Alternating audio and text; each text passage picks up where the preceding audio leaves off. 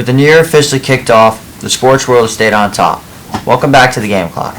Let's kick off today's show with some local news. Last night in Kingston, varsity basketball finally got their first win of the season. The Go Backs defeat the Tigers 64-60. Their next game is Friday at home against Pine Bush.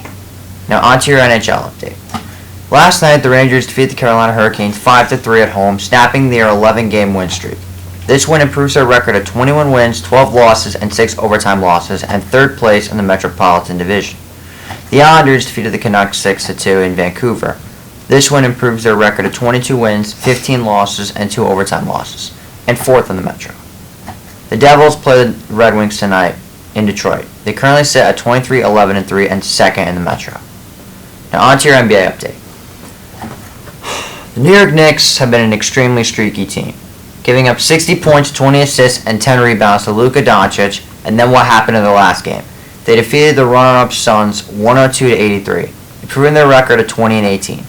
Meanwhile, the Nets sit at 25-12 on a 12-game win streak. Now on to your wrap-up. The NFL has been nothing short of chaos.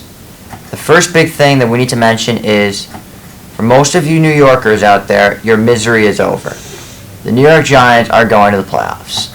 They clinched on Sunday with a 38-10 win over the Indianapolis Colts. Unfortunately for Jet fans, once again you will not be making it to the dance as you were eliminated 23-6 with a loss to the Seahawks. And as of now, Seattle is the 7th seed. The first game that had playoff implications was the Dolphins and the Pats. This was to determine the AFC's 7th seed. It was a close game, but the Patriots snuck away with a 23-21 win. If they beat Buffalo next week, they will be in the playoffs.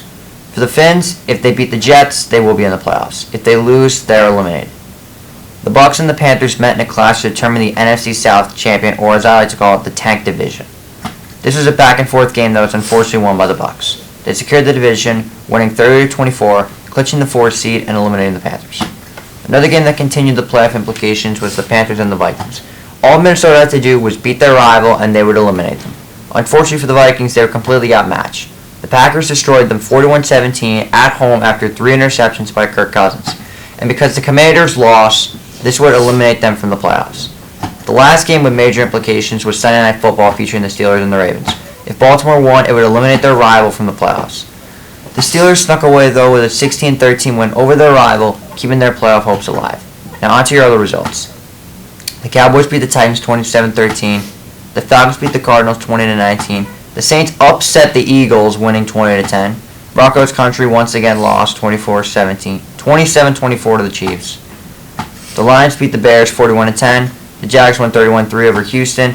The Niners beat the Raiders 37-34 in overtime, and the Chargers beat LA 31-10. Now let's discuss the upcoming playoff scenarios. Starting in the AFC, if Miami wants to get in, they need to beat the Jets and have the Pats lose. If New England wants to get in, they have to win. This week's game between the Titans and Jags will determine the other Tank Division champions, or as I like to call it, the AFC South. Winner gets in, the loser is out. Now for Pittsburgh, they need to beat the Browns, the Pats have to lose to the Bills, and the Dolphins have to lose to the Jets. Now as of today, the seeds of the AFC are the 1-seed Chiefs, 2-seed Bills, 3-seed Bengals, 4-seed Jaguars, 5-seed Ravens, 6-seeded Chargers, 7-seed New England. On to the NFC. If the Packers want to get in, then they have to beat the Lions. If the Lions want to get in, they have to beat Green Bay, and the Rams have to beat Seattle. If the Seahawks want to get in, they need to beat the Rams and have the Lions beat Green Bay. The seeds are the number 1-seeded Eagles, the 2-seeded Niners, the 3-seeded Vikings, the 4-seeded Bucks, 5-seed Cowboys, 6-seed Giants, 7-seed Seahawks. If the Eagles lose this week to the Giants and the Cowboys win, Dallas wins the East. And if the Niners win this week and the Eagles lose, they will clinch the number 1 seed. So lots are at stake. Now, there's one game that I haven't mentioned yet, and I wanted to do it separately. The Buffalo Bills took on the Cincinnati Bengals in what could determine the 1 seed.